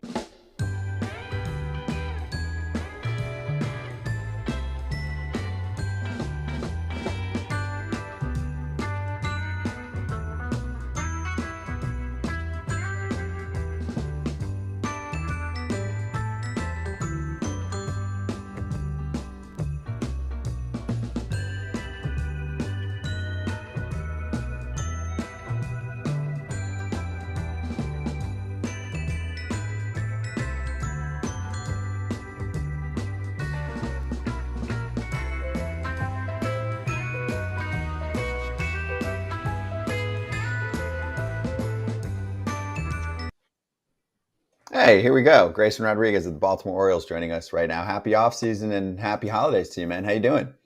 I'm good, man. How are y'all doing? We're good. We're good. How you feeling? Because last time we talked, you're like, I'm good now. I'm on track. I'm good.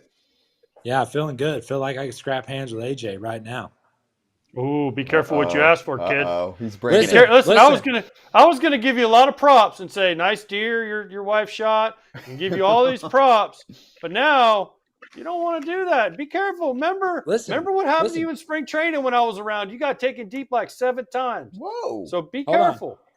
Listen, I'm just, I'm going in to eat lunch today, walking into a restaurant, phone buzzes, see that Foul Territory has put me on their story, and I'm hearing this Florida's better than Texas. So I'm already, kind of on edge coming into this. Can you read? Can you read? Yeah. Being from Texas, can you read? No, right, no, I can't read. I can't read. I'm going to need someone to read it for me. Yeah, I can read. Come on now. Well, read it. Yeah, don't mess with Texas, but definitely don't F word with Florida.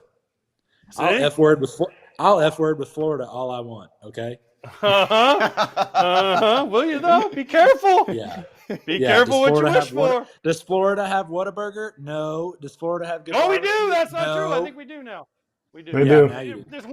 What's even good at Whataburger? Patty melt? Other than that, burgers, not I've heard. much. No, dude. I go with 2 patties with jalapeno, the regular, the lettuce, tomato, all that stuff, mustard. It's phenomenal. The breakfast is a lot better. A honey butter chicken biscuit will change your life. So, is there breakfast at In-N-Out Burger? No. Do I know that? Not really. But do I care? No. So, Whataburger all day. Let me ask you this. You know what you don't have in Texas? Jimmy's Seafood. So, one time I knew this guy he was nice to me, and I got this in the mail from a guy that used to be nice to me. Crab cakes and crab cake egg rolls from Jimmy's Seafood in Baltimore. Man, were those delicious. That might be the richest thing I ever ate in my life. They ship anywhere in the United States, and it is good and it is phenomenal. So, Ooh. Kratz, obviously, you didn't get no Jimmy Seafood, did you? I didn't know because Grayson and I we're on the same wavelength. We know that Florida is the armpit of America. Thank you. It's in the shape of an armpit. I'm just saying. No, not enough deodorant in the world to make it smell good either. So birds fly upside down in Florida. Nothing good enough to poop on. Oh, I'm sorry, Kratz. Did you say birds or did you say burns? Grayson, have you sent a little gift to your former teammate who hopefully will still be your teammate next season? Because he's a free agent and I would love to see him back. I've been talking to him a little bit. I told here. Let me read. Let me just read a text message because he'll get a kick out of this. This is kind of me. So I said, "What are you thinking?" Or does just nobody want you? And he said, "Oh, that's a good one." And I said, "Honestly, saw it coming. How are you doing?" So yeah, so it looks like nobody even wants Burns, which really didn't shock me. But so yeah, that's kind of my side of the story.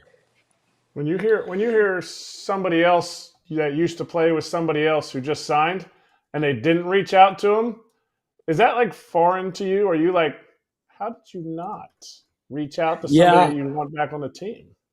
Yeah, I mean, obviously, dude, like Burns is somebody we obviously want back on our team. So, I'm just not going to not talk to him. Even if he does sign with somebody else, still going to text him. A good example of that is, so we had Kyle Gibson 2 seasons ago. Gibby, we called him. So he was like our veteran leader on the rotation my first year in the big leagues. Obviously, he wasn't with us last year. He was in St. Louis. Still talk to him all the time because he's a phenomenal guy. So, I mean, even, when you're not playing with guys anymore, you still keep pretty close contact. So, yeah, I mean, if you kind of end the season and then don't really talk to somebody, I mean, I guess you're really not close with them. So that's kind of my take on it. Grayson, you mean Burns didn't give you the Juan Soto new phone who dis when you text No. him? Like, Juan Soto changed his number, so, he couldn't talk to any of his ex-teammates. So I figure Burns might have gone and said, new phone, who dis? No, I didn't. Surprisingly, I didn't get that from Burnsy. So, which is good. It's a good start, right? Yeah. We've got a chance. We got a chance. Saying there's a chance. Do you go, because I was always interested in this, and do you go to the front office? Do you go to Mike Elias? Like, will you reach out to Mike Elias and say, hey, man, we need to get this done. Like, Burns is still sitting out there. He has no other options. I asked him, and he said he has no options except for the Orioles. So we could maybe get a deal done here, Mike, if you just reach out. Yeah, I don't really know if I'm going to be bugging Elias about that. I don't admit to some people being smarter than me, but that might be one guy that knows a little bit more, from a front office side of things than me. But, I mean, yeah, joking around, like pitching coaches, stuff like that, it's like, hey, come on, what are we doing? What's the word? And then, of course, they're not really going to give you a whole bunch. But I'd say, reaching out about stuff like that, it's more joking stuff. But, yeah, I mean, obviously you're paying attention to the news, like who's going where, who's signing. Obviously teammates are talking to each other, like, oh, it'd be cool to play with this guy. It'd be cool to play with that guy, stuff like that. So there's definitely some stuff that we talk about, but as far as talking to the front office, not really, because, that's kind of their serious space. We trust them for sure. All right. So how excited are you that old John Soto's out of the American League East? Yeah, I mean, it'll definitely be better not having to face him as much as we do, obviously being in the division. Yeah, his bat to ball skills are really good. Having to face him and Judge back to back was it was pretty difficult, not gonna lie. So, obviously with him going to the Mets, we're only gonna see him once, I believe. You only do the interleague stuff once. So yeah, I mean, seeing him for one series isn't gonna be bad at all. So I got to look. I didn't even look. I figured you just dominated him. But did you have success against old Juan? I punched him out. I punched him out at least once or twice. He did hit a homer off of me, though. I did. My last start before going into the All-Star break, it was a day game, nasty. It was kind of a bad day to pitch. I can't remember who threw for them, but balls were definitely leaving the ballpark. I think I gave up back-to-back homers to him and Judge, which wasn't Is very that fun. is that why they moved the wall in left field? Because you gave up those homers, so they want to make it easier for the other team to put homers off of you? But why do they do that? I mean, as a pitcher, you have to be like, that's when you call Mike. You're like, hey, Mike, I'm a pitcher. I need that wall back. So let's move that thing back. Yeah, I would say obviously not a cool situation for the hitters, especially our hitters like Mounty, Westberg, Urias, like our right-handed guys that can swing the bat a little bit. But, on the starters bench in the dugout, it is definitely pretty funny seeing like opposing teams come in, guy gets on one, boom, thinks he hits a homer, and we're like, nope, routine fly ball. So, like I said, like the pitchers, we do get a kick out of it, that wall being so big. We definitely talk about it all the time, like, what would the score be in this game if the wall was a little bit closer? There is some math that definitely goes on in the dugout, which not saying we're good at math, but, sometimes we definitely do sit there and we're like, okay, well, we might have had 2 homers, it's in the 6th inning. We might have already had 2 homers. They might have had 1. You're trying to do the math and stuff. But, no, I think our guys are definitely going to like it that they're moving the wall in a little bit. Yeah, Tyler O'Neill will like it too. New teammate. Not sure if you've spoken to him, but it's funny. Several years back when they initially announced they were moving it, they're like, this will help us recruit pitchers. And then I'm like, well, now they're like, oh, let's get a bat or 2. All right, let's move the wall in. Next year we could push it back out again if we're trying to recruit someone. So anyway, What do you think about the O'Neill addition and how that affects free agents? Because obviously, aside from money, I mean, it is real. Players look at the park they're going to go to, especially on shorter term deals. Yeah, absolutely. I mean, from the pitching side, left-handed pitchers typically do well in Camden with the wall being so far back. I think there was a lot of lefties on visiting teams that love to come and pitch there this year.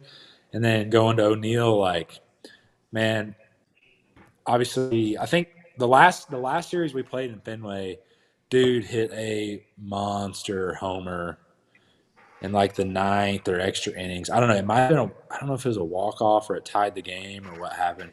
But, dude, it was a bomb. And, and he was so hot that series against us. And then kind of going into that series there at the end of the year, that definitely like kind of when he got up to bat, we were, you're kind of on edge a little bit. But having him play for us is going to be awesome.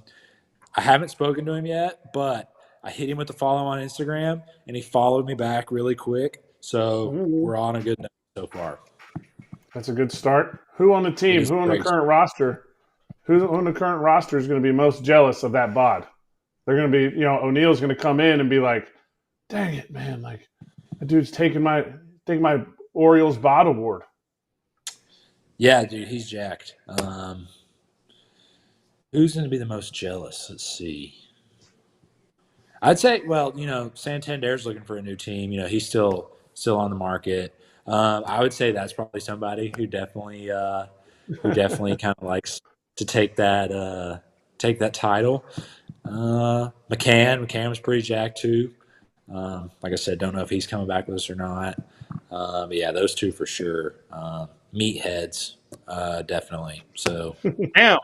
It seems like y'all got a lot of people not coming back next year. You keep bringing up all these guys. We're like, man, I don't know if he's coming back. I don't know if he's coming back. Hey, listen. Does that make you the one? I still have a lot of faith. Listen, I still have a lot of faith. Does that make you the one? Did you anoint yourself as opening day starter? That's what I want to know. No. Where are you getting that from? I don't know. I'm just asking. You keep saying all these people aren't coming back. So as it sits right now. Hey, hold on. I said McCann, May, and Santander still up in the air. Listen, Corbin. You forgot Corbin. I say this with a lot of confidence. I think we have the best clubhouse in baseball in terms of guys getting along, good attitudes, everything that matters, I think the Orioles, we for sure have a phenomenal clubhouse. Everybody's close. So if you ask those guys, they want to stay in that clubhouse. That's for sure. That is for sure, without a doubt. I agree They with love that. it. Everybody that comes to Baltimore to play loves the clubhouse and everybody in there. Yes, the reviews are always glowing, which is important. Okay, I'm going to Yes. take you to a topic that reappeared yesterday. Obviously, you've gone through an injury or two. So, what did you get to see this report that the league came out with on the pitching injuries? I mean, we were on for a segment soon before you, and it's really long. I think it was expensive, and they basically said velocity, spin, and not letting the guys eat in the minor leagues is leading to more arm injuries. So I don't know if we learned anything new, but wanted to get your thoughts. It's reappeared as a topic in the past 24 hours. So I would say that I think Scherzer said this. I think I saw Scherzer say this maybe a couple years ago, talking about how guys aren't throwing as much in the minor leagues anymore before they get to the big leagues. You know, obviously the inning restrictions, all that stuff. I think that has a little bit to do with it. You know, obviously Scherzer was saying when he was in the minor leagues, I'm not sure how long he was in the minor leagues, but you know, he was kind of in the time where, you know, even though he was in the minors, he's still going out there ripping the ball, like starting, going deep into games. Really didn't have a pitch count, pitch limit, innings limit, whatever you want to say. I think that might have something to do with it because obviously, you know, in the minor leagues, it's very closely monitored. And then when you get into the big leagues, it kind of all goes away, you know, because it's time to win instead of develop. So yeah, I think that might have something to do with it.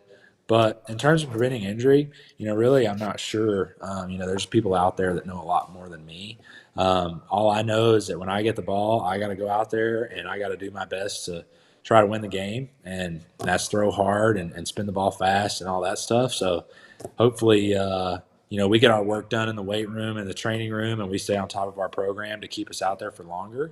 And, you know, that's kind of really the focus. That's the focus this offseason for me. Coming into this next year is just making sure that, you know, we really are on our stuff a little bit extra to try to prevent that.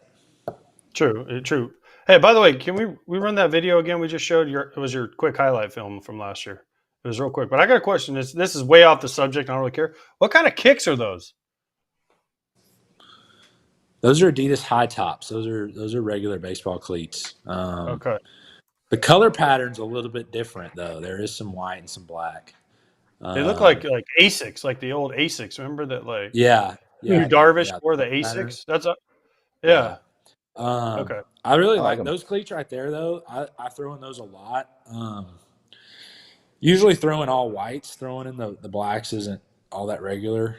For me, I usually go all white and then grays. But I kind of like those high top cleats. They're like, everybody calls them my ankle boots. They like to joke with me. But I mean, they're really sturdy. The ground contact's good, which is very important to be pitching and stuff. But I like the heck out of the high top cleats. So no orange in them. And then also, I thought maybe Asics, you were welcoming your new teammate that you guys just signed. You know anything about what's it? Shugano. Yeah. Have you talked to him? Have you sent him a text? I have not. So the first time I got to play with a Japanese player was 2 seasons ago, and it was Shintaro Fujinami. Awesome, super cool guy. Threw absolute buzz. I think he got up to 104 with us, maybe. Dude, he threw hard. But yeah, super cool culture because, you know, they respect the heck out of anybody and everybody. You know, talking to the translators and everything is really fun, which he knew a little bit of English. So it was fun to talk to him and, you know, kind of ask him some stuff. But yeah, definitely excited about our new teammate and kind of seeing how, you know, he is in the clubhouse and how he goes out there and pitches. But yeah, it's definitely cool. The Japanese culture is pretty cool when it comes to baseball players. Yeah. I'm excited for you guys. Another one to add to the rotation. All right, so let's finish with this. What do you got? Any big plans for the holidays? Did you do or have any trips? So thankfully, all of my family and all of my wife's family live here in the hometown of Nacogdoches, Texas. So Christmas is actually done here at my house. And so we have to travel from nowhere. So, yeah, that'll be cool. Opening Christmas presents in the house, having all the friends and family come over, eat, stuff like that. Excited for it for sure. Christmas is definitely my favorite holiday. Yeah, because you get presents. That's why you like it. Yeah, presents. And I get to watch the movie Elf on repeat twice a day, every day. And nobody can really say something to me about it because it is Christmas season. So That's good. True or false? Best Christmas movie is Die Hard. false. Elf. Elf and then Home Alone. Elf and then Home Okay. Alone. For sure. What That's a good planes, one, trains, too. and automobiles? That's a good one too. Or is that Thanksgiving? I forget. But anyways, all right. So before you go, I want to know this because people always ask me this. What's your contract? You're still pre-arb, right, for next year? Yeah. So Is there, because it used to, I know it's different now, but is there any negotiations that happen? Because I remember when I was pre-arb, you kind of go to the team and say, oh, I had a really good year. I made, the all-star team or whatever it is. Can you throw me 50,000? I mean, obviously it'd be more than that for you, but okay, can you throw me 50,000 more bucks? And they'd say, no.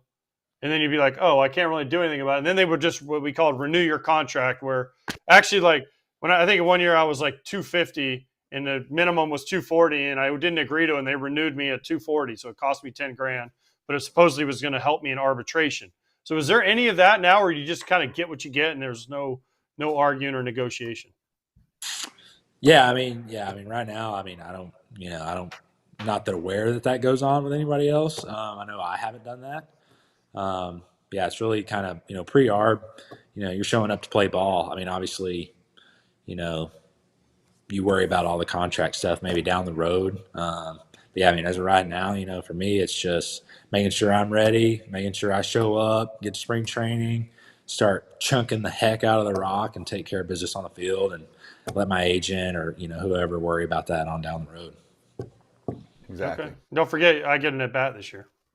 Just saying. Yeah, that's cool. You better wear catcher's gear, dude. I'm wild, especially when you get in the box. So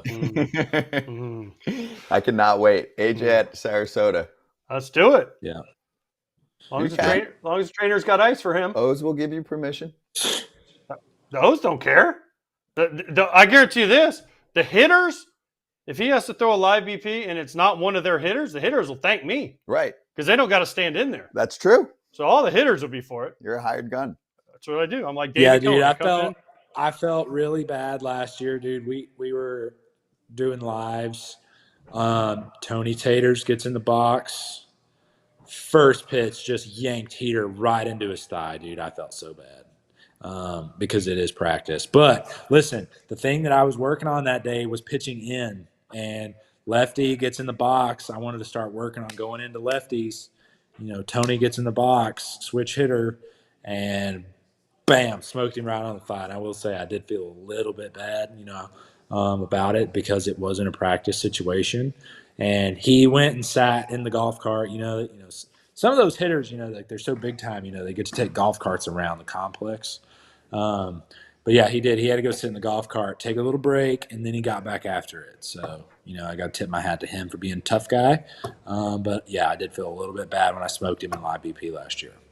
And then he hit 44 home runs. So steak dinner. You got him hot. Yeah, you're good. I'm right. Yeah, so maybe those 44 homers were because of me. Maybe one or two of those, I don't know. I'm going to look at the 44, though, in total, and I'm going to say that's because of me. I'll claim it. It's all right. Exactly. He wouldn't change. I can tell you this. Anthony Santander would not change a thing about 2024. So no doubt. He will do well. Yeah, he's going to get paid. Well deserved. Well, Grayson, awesome catching up with you, dude. Appreciate the time. As always, good to catch up. And also, I liked you bringing the heat to AJ right off the jump. We need more of that. So hopefully other players that watch all the time get some inspiration. But enjoy the holidays, dude, with the fam. Thank you. Y'all too. Yeah, you got to keep everybody on the edge of their seat, So AJ needs it. Thanks, Grayson.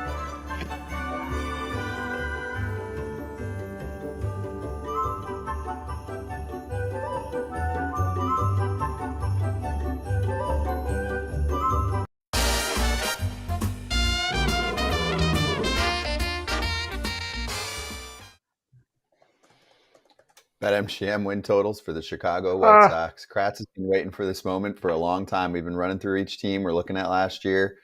Opening number was 60.5 because 62.5 opened. Then they traded Dylan Cease. They lost a couple dubs off their projection.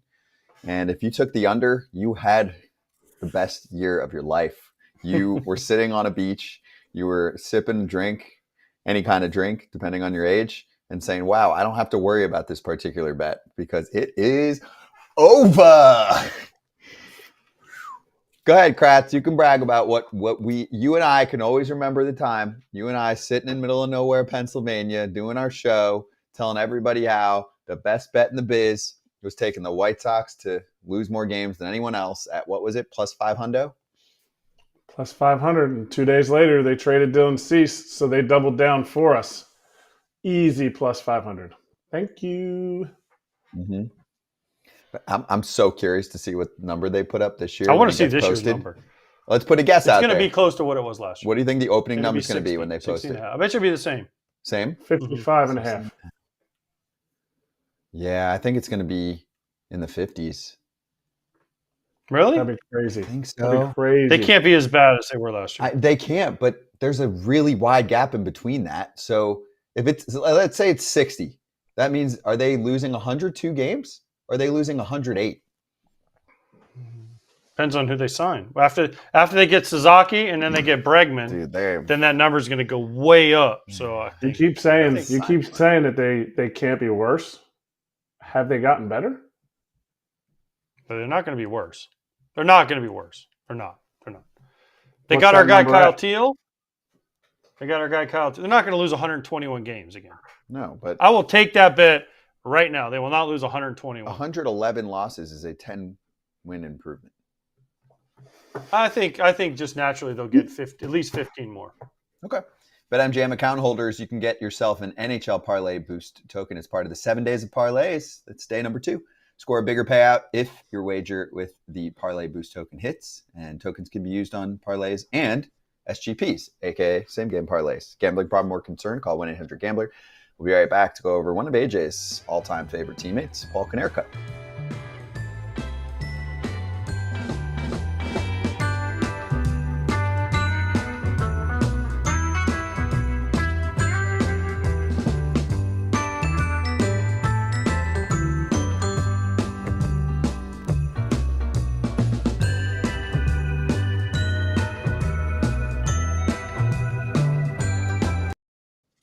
All right, some Q&As and also more from the Yankees press conference today. Laura Albanese with this tweet said, from Ryan Cashman on Soto, he said, the Yankees make all their resources available to players, but don't force them to use it. Soto had absolutely no interest in delving into their pitch tipping data because he already has an internal sense of what's coming. Okay.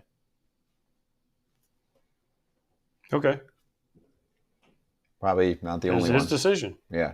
Listen, there were guys that wanted to know what's coming, guys that didn't want to know what's coming. Right. So, I mean, guys all hit different ways. But guys also hit all different ways, though. I want you to understand. Like, I hit off counts and I hit off guessing. Some guys, look for the fastball and adjust to the other stuff. Some guys are like, they want to know everything that's coming. Some guys pick windows. Zones. Yeah. Like Paul Konerko, we were going to talk about, like, would aim for certain places, so he'd look for pitches in different areas. Like, I could never do that. So, I mean, everyone hits a different way. Kratz, I'm sure Kratz hit different than I did. How'd you hit, Kratz? I mean, I wanted every tip there was in the book. I knew I would look silly sometimes because I know a heater's coming, so I'm swinging, and maybe my zone recognition was off. But I hit all based off of my research. If there were certain numbers, if somebody's throwing my type of hitter, because they're going to pitch me way different than other guys, they're throwing my type of hitter 60% heaters, I know the counts that I can look for it. Guys over 50% breaking balls, I don't hit breaking balls well. I can look for it in a certain zone. That's, just all the research that I would do or that the team would do for me. One more question here. Teal Pinstripe says, how good are you guys at softball? Is it hard for you to hit those slow grenades? I've played once in my life. Just once ever? You know what's funny? I played once in Tampa. My family member of mine had a softball game. Mm-hmm. And I had just had hamate surgery, and I was coming back, and they're like, "Hey, coming over, and do you want to play in our game?" And I was like, "Yeah." And I got one at bat, and I hit a home run. And that was it. So you can handle a softball. But that was when I was playing, Sure. so it was different. Kratz, you've played some softball. Kratz definitely played softball. Not since college. Wow. I finished summer ball, and the local church team recruited me and my buddy, and we were just hitting dingers. It was tremendous. But I haven't since. I've played more hardball and fast pitch, windmill, like mostly the girls play, where there's men's leagues up here that I've played more of that than slow pitch. People, you don't understand. Like, I've been asked to play in like slow pitch softball leagues around here. It's a no win for me. It's a no win for Kratz too. Mm-hmm. If I get a hit, everyone's like, "Well, you're supposed to get a hit." And God forbid you make an out or strike out or something, then you're like the laughing stock of the city. That's all people want. They want to be. They want you to do something bad. They're not rooting for you to do something good. Yeah. Like, especially, your team is obviously rooting for you to do good, but the other team's like, I struck that guy out. Yeah, if you're a pro in any sport, someone wants to be able to like, "Oh, I scored a basket off so-and-so. I dunked off so-and-so." Yeah. Retired NBA player, and some 20-year-old dunks on him. It's like, "Yo, I dunked on him." Mm-hmm. So, yeah, I get that. Just, stay out of it and stick to, what do you play, padel? I love paddle. Yeah, padel. Is it called padel or paddle? Depends on where you're from. Okay. What do they say people call padel. Padel? Tennis. I play tennis. My Miami friends call it padel. Sounds bougier. It's a Spanish thing. Okay. But it's cool. If you haven't played, play it. It's fun. There you go. And during the show, we're just naturally telling you that.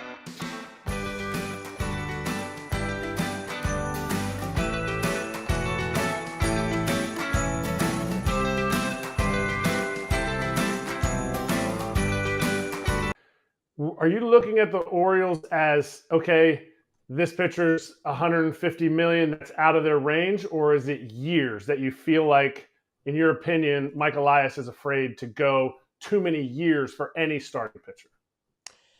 First of all, I don't know what their range is under their new ownership. It's impossible to say. They have taken over and they haven't done anything big yet. They haven't shown any hesitation on certain players like Tyler O'Neill, but at the same time, they have not gone here. Now, maybe they'll never go to that level, and this is still a small market team by baseball's definition. It's still a team that probably shouldn't be spending $250 million on Corbin Burnes based on their revenues, unless the owner decides he wants to do a little Steve Cohen. So I don't expect them to do Burnes, and I don't know that Mike Elias would advise them doing Burnes as he tries to manage the payroll. But there are other ways to go. Look at Cease, for example. Last offseason, they traded for Corbin Burnes. They traded Joey Ortiz, who looks like he's going to be a really good player, and DL Hall, who still has a chance to be a good pitcher, as well as the 34th pick. They still have enough to take a similar shot at Cease. It's a one-year thing, just like it was with Burnes, but they have players that they're not going to be able to play in the major leagues. There's too many of them. Position prospects in particular. So I can see them going that route, and that would be okay.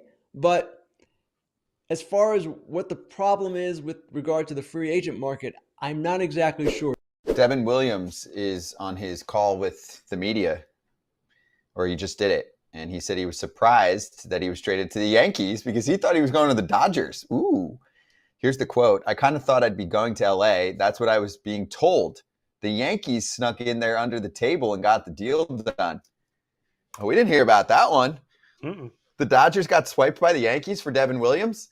Kratz, I live for this shit because I love to see if we get Yankees Dodgers. You know what I'm saying? It was like last year. I'm like, if Flaherty's pitching against the Yanks and the Dodgers win the World Series. Now, fast forward, if that's the rematch, which it's highly unlikely, we get the same two teams. But if it happened and Devin Williams is shutting the door, we're going to look back and be like, really?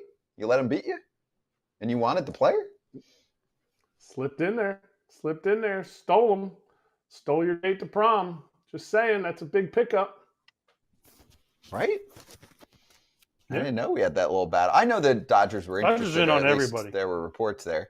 And the Dodgers Everybody wanted good. Dodgers like their the bullpen. Dodgers like the Red Sox. They're in on everybody.